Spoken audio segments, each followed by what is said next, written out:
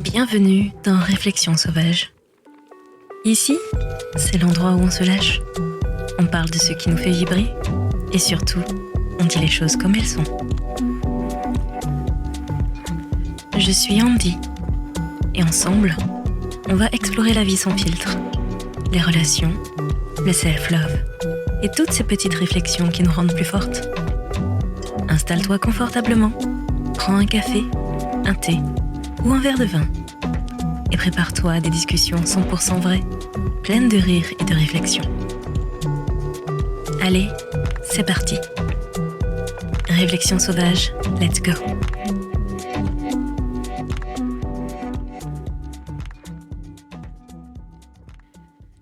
Épisode hors série. Pourquoi Michael Jackson nous fascine encore autant ? Il n'y a pas longtemps, je suis sortie du cinéma avec un problème. Enfin non, plusieurs problèmes.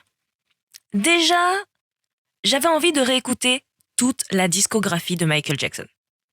Ensuite, j'avais envie de regarder des interviews vieilles de 30 ans à 3 heures du matin. Et surtout, je n'arrêtais pas de penser à lui. Comme quand on quitte un enterrement de famille. Sauf que Michael Jackson n'était pas mon oncle. Je ne l'ai jamais rencontré. Et pourtant, pendant tout le trajet du retour, j'avais cette sensation bizarre qu'on venait de me rappeler quelqu'un que j'avais perdu. Et je me suis demandé, pourquoi ? Pourquoi en 2026, un artiste qui a disparu depuis des années arrive encore à provoquer ça ? Pourquoi des adolescents qui n'étaient même pas nés quand il est mort connaissent encore ses chansons ? Pourquoi dès qu'on entend les premières secondes de Billie Jean, tout le monde sait exactement de qui on parle ?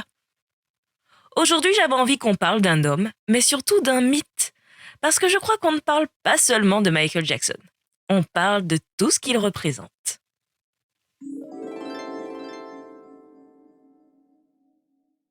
Mais entrons plutôt dans le cœur du sujet. Je pense que la première raison pour laquelle on pense à lui est toute simple. Michael Jackson n'était pas juste un chanteur. Des chanteurs talentueux, il y en a des milliers. Des artistes capables de remplir des stades aussi.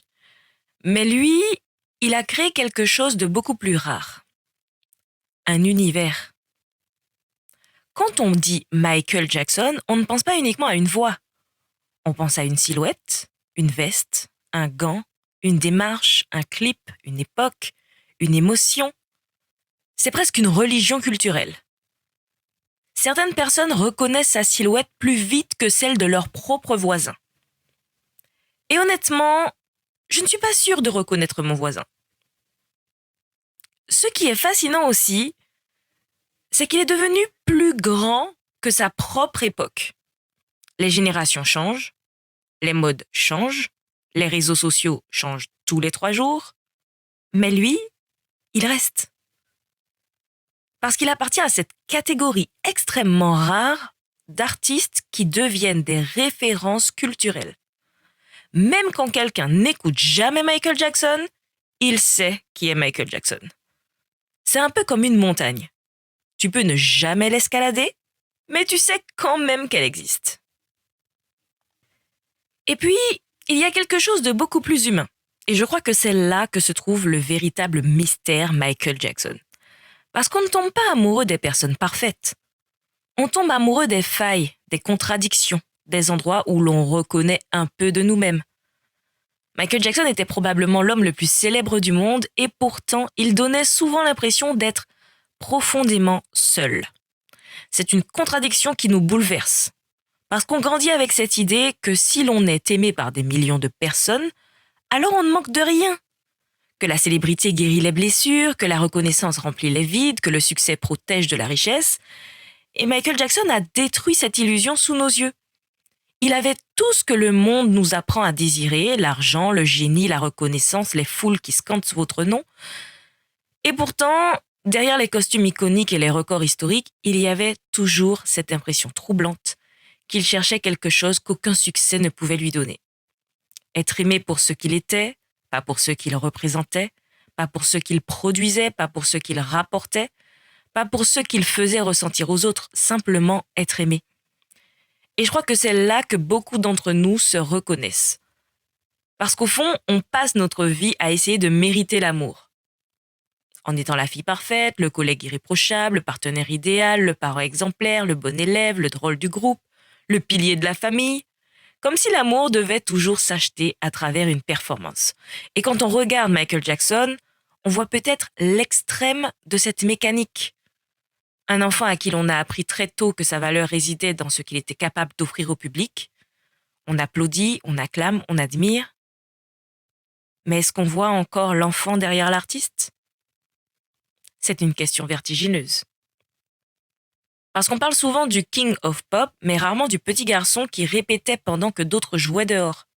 Du petit garçon dont l'enfance a été absorbée par les attentes, la discipline, l'excellence. Du petit garçon qui a compris avant même de savoir qui il était qu'il devait être exceptionnel pour être regardé. Et parfois, quand on grandit comme ça, on devient un adulte qui ne sait plus très bien où s'arrête le personnage et où commence la personne. Qui suis-je quand je ne performe plus ? Qui suis-je quand personne ne m'applaudit ? Est-ce qu'on m'aime encore si je ne donne rien ? Et je crois que ce sont ces questions silencieuses qui traversent toute la vie de Michael Jackson. Cette quête impossible d'un amour inconditionnel. Alors oui, il y a eu les polémiques, les controverses, les débats qui continuent encore aujourd'hui, et chacun a sa propre manière de les appréhender. Mais au-delà du bruit médiatique, il reste cette fascination presque instinctive pour un être humain qui semblait chercher désespérément une forme de paix intérieure. Parce qu'on l'a vu rire avec une spontanéité enfantine, puis apparaître épuisé. On l'a vu conquérir le monde, puis se cacher du monde. On l'a vu devenir une icône absolue, puis donner l'impression d'être prisonnier de sa propre légende.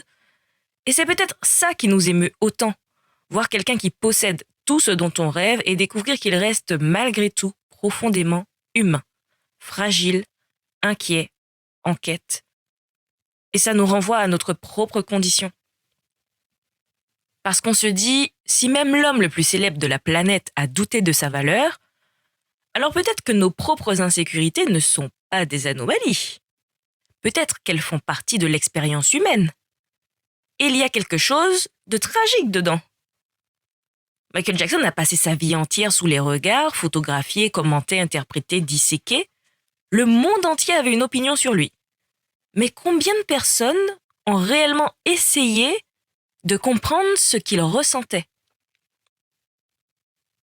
On connaissait son personnage, on connaissait ses gestes, sa voix, ses clips, ses scandales aussi.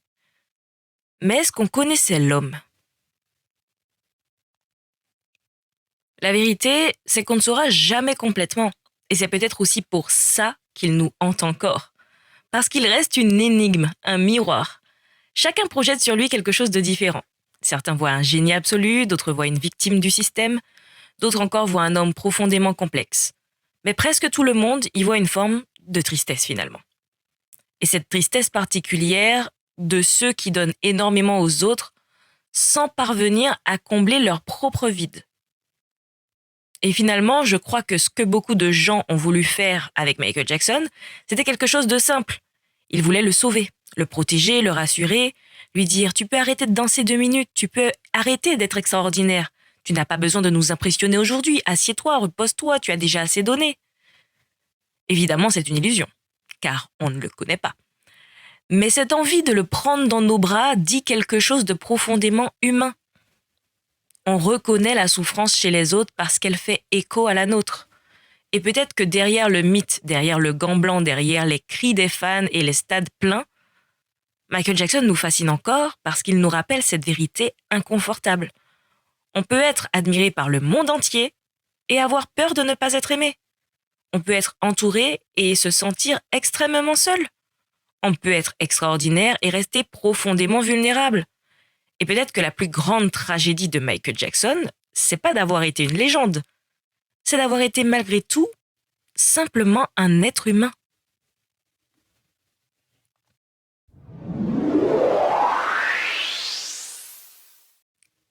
La minute réflexion sauvage.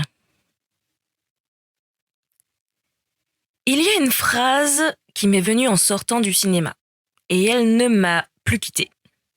À partir de quel moment cesse-t-on de voir l'humain pour ne plus voir que le symbole? Parce qu'en regardant Michael Jackson, je ne voyais pas seulement une star, je voyais un homme sur lequel le monde entier avait projeté quelque chose. Ses rêves, ses attentes, ses fantasmes, ses peurs, ou ce besoin d'avoir des héros. Et peut-être aussi le besoin de les voir tomber. On dit souvent que les célébrités ne sont pas comme nous. Mais je crois que c'est exactement l'inverse. Elles sont comme nous, avec un miroir braqué sur elles 24 heures sur 24. Elles vivent les mêmes blessures, les mêmes besoins, les mêmes manques, sauf que leurs erreurs deviennent des gros titres et que leurs souffrances deviennent un spectacle. Et je me suis demandé, qu'est-ce que ça fait de grandir sans jamais avoir le droit d'être simplement humain? Michael Jackson est monté sur scène avant même d'avoir compris qui il était, avant même d'avoir eu le temps d'être un enfant, avant même d'avoir découvert ce qu'il aimait, ce qu'il détestait, ce qui le faisait rire, ce qui le faisait pleurer. Le monde lui a donné un rôle très tôt. Tu seras exceptionnel. Et quand on vous donne ce rôle-là, comment ose-t-on un jour dire « je suis fatigué » ? Comment ose-t-on dire « je ne vais pas bien » ? Comment ose-t-on être banal quand le monde entier attend de vous l'extraordinaire ? Et puis j'ai pensé à nous. Parce qu'au fond, sans être Michael Jackson, combien d'entre nous vivent la même chose à plus petite échelle ? Combien d'entre nous ont appris qu'il fallait mériter l'amour, être la fille forte, le garçon drôle, la maman parfaite, l'ami disponible, le collègue irréprochable, celle qui gère tout, celui qui ne pleure jamais ? On devient finalement des personnages. Et parfois on joue tellement bien notre rôle qu'on finit par oublier qui on est en dehors de lui. Alors peut-être que ce qui nous bouleverse autant chez Michael Jackson, c'est pas uniquement son génie. C'est qu'il nous confronte à cette question qu'on évite tous. Qui serais-je si je n'avais plus rien à prouver ? Si je n'avais plus besoin d'impressionner, d'être forte, d'être utile ? Est-ce que je mériterais encore d'être aimée ? Et la réponse devrait être évidente. Oui et 1000 fois oui. Parce qu'on ne devrait jamais avoir à gagner notre droit d'exister. On ne devrait jamais devoir performer pour mériter de la tendresse. On ne devrait jamais confondre notre valeur avec notre productivité, nos réussites ou même le regard des autres. Et pourtant, c'est ce que beaucoup d'entre nous font tous les jours. Alors aujourd'hui, j'ai envie que cette réflexion, elle dépasse Michael Jackson. Parce qu'au fond, cet épisode ne parle pas seulement de lui, il parle de nous. Il parle de cette partie de nous qui a peur de décevoir. De cette partie qui veut être aimée, mais qui ne sait pas toujours comment se montrer vulnérable. De cette partie qui croit qu'elle doit être extraordinaire pour avoir sa place dans le cœur des autres. Alors laissez-moi vous rappeler quelque chose que vous avez peut-être oublié. Vous n'avez pas besoin d'être une légende pour laisser une trace, vous n'avez pas besoin d'être le meilleur pour être important, vous n'avez pas besoin d'être admiré pour être profondément aimé. Parfois, la plus belle chose que l'on puisse offrir au monde, c'est pas une performance, c'est une présence. Un fou rire partagé autour d'une table, un message envoyé à une amie pour lui dire qu'on pense à elle, une chanson qu'on fait écouter à quelqu'un qu'on aime, une main tendue, une écoute sincère.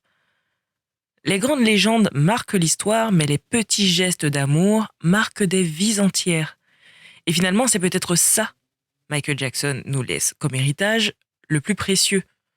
Oui, il nous a appris à danser, il a révolutionné la musique, il a créé un univers qui traversera encore les générations. Mais derrière les records et les standing ovations, il nous rappelle aussi que derrière chaque être humain se cache un besoin immense et universel. Être vu, être compris, être aimé sans avoir à mériter cet amour. Alors cette semaine, j'aimerais que vous vous posiez une question toute simple. Qui êtes-vous quand personne ne vous regarde ? Est-ce que cette personne-là reçoit autant d'amour que celle que vous montrez au monde ? Prenez soin d'elle. Parce qu'elle aussi mérite qu'on l'applaudisse, même dans le silence.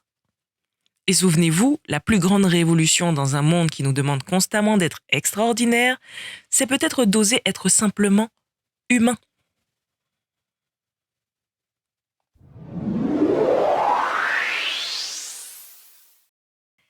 Les conseils sauvages, qui n'en seront pas vraiment aujourd'hui. Si toi aussi tu sors d'un film, d'un concert ou d'un documentaire avec cette sensation étrange d'être nostalgique d'une époque que tu n'as même pas vécue, ne te moque pas de toi-même. C'est normal. On appelle ça l'héritage culturel. Tu viens de rencontrer une œuvre qui a traversé le temps. Et ça, c'est rare. Et deuxièmement, il faut arrêter de croire que les nouvelles générations ne s'intéressent qu'à TikTok et aux tendances de 15 secondes. Parce que si Michael Jackson a encore des millions de fans aujourd'hui, c'est justement la preuve inverse. Les gens cherchent encore des artistes qui racontent quelque chose, qui construisent un monde, qui laissent une trace.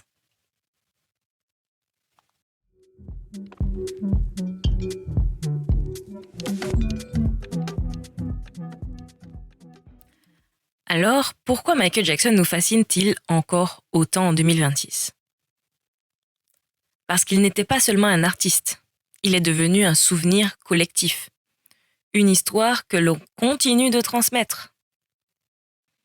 Et finalement, je crois que s'il nous fascine encore autant, ce n'est pas parce qu'il était parfait, c'est justement parce qu'il ne l'était pas, parce qu'il était spectaculaire mais fragile, brillant mais profondément humain, capable de faire danser le monde entier tout en portant des blessures que personne ne savait vraiment apaiser. Et peut-être que c'est ça la vraie définition d'une légende.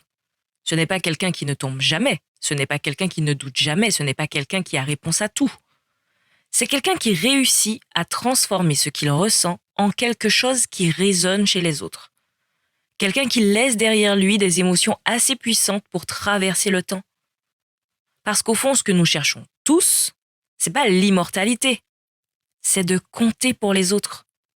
C'est de se dire que notre passage ici aura eu du sens, que quelqu'un se souviendra de notre rire, de nos conseils un peu maladroits, de nos messages envoyés à minuit pour demander « tu es bien rentré ?» de notre façon de faire le meilleur gratin dauphinois de la famille, ou du fait qu'on connaissait par cœur la chorégraphie de Thriller et qu'on la ressortait à chaque mariage sans aucune honte ni aucun respect pour nos ligaments. Parce qu'on n'a pas tous vocation à devenir un Michael Jackson. Et heureusement, parce qu'il y a déjà qu'une seule personne capable de faire un moonwalk avec autant d'assurance sans finir aux urgences. Et on a tous la possibilité de laisser une empreinte. Pas forcément dans les livres d'histoire scolaire, mais dans les histoires des autres. Et je trouve ça infiniment plus beau. Alors si cet épisode vous laisse avec une seule chose, j'aimerais que ce soit celle-ci. Dansez avant de vous sentir prêt. Dites aux gens que vous les aimez pendant qu'ils peuvent encore l'entendre. Arrêtez d'attendre d'être extraordinaire pour vous autoriser à exister pleinement. Et surtout, arrêtez de minimiser l'impact que vous avez sur ceux qui vous entourent. Vous ne savez jamais dans la vie de qui vous êtes en train de devenir un souvenir précieux. Peut-être qu'un jour, des années plus tard, quelqu'un entendra une chanson et pensera à vous, à votre rire, à votre parfum, à votre façon de raconter des histoires, et se dira « Mon Dieu, qu'est-ce que cette personne me manque ?»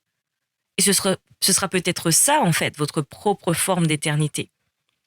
Alors, merci Michael, merci pour les chansons qu'on connaît sans même s'en rendre compte, merci pour les clips qu'on regarde encore avec des yeux d'enfant, merci de nous rappeler qu'on peut être immensément admiré et rester profondément humain, et merci surtout de nous avoir appris qu'une émotion sincère voyage parfois plus loin que le temps lui-même. Prenez soin de vous, appelez vos proches, envoyez ce message que vous repoussez depuis 3 semaines, faites un compliment sincère, dansez dans votre cuisine en chaussettes, et si quelqu'un vous juge, rappelez-vous qu'un homme qui portait un gant à paillettes, des mocassins et un chapeau noir a changé la culture mondiale. Comme quoi, il faut parfois beaucoup d'audace pour devenir inoubliable. Je vous retrouve vendredi prochain pour une nouvelle réflexion sauvage et d'ici là, aimez fort, vivez doucement, pardonnez-vous vos maladresses et n'oubliez jamais que les plus belles traces que nous laissons ne sont pas celles gravées dans le marbre, mais celles déposées discrètement dans le cœur des autres. Je vous embrasse fort et comme dirait la vie elle-même, avec un petit pas en arrière et beaucoup d'élégance, heal the world, mais commencez déjà par être un peu plus doux avec vous-même. À vendredi. Bisous sauvages.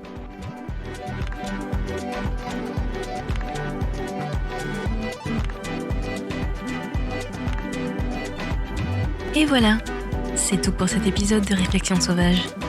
J'espère que ça t'a fait sourire, réfléchir et peut-être même un peu bousculer. Si tu as aimé, n'hésite pas à partager avec une amie, laisser un petit avis ou tout simplement en parler autour de toi. On se retrouve très vite pour une nouvelle dose de réflexion, de rire et d'authenticité. D'ici là, n'oublie pas, reste sauvage, reste vrai et surtout prends soin de toi.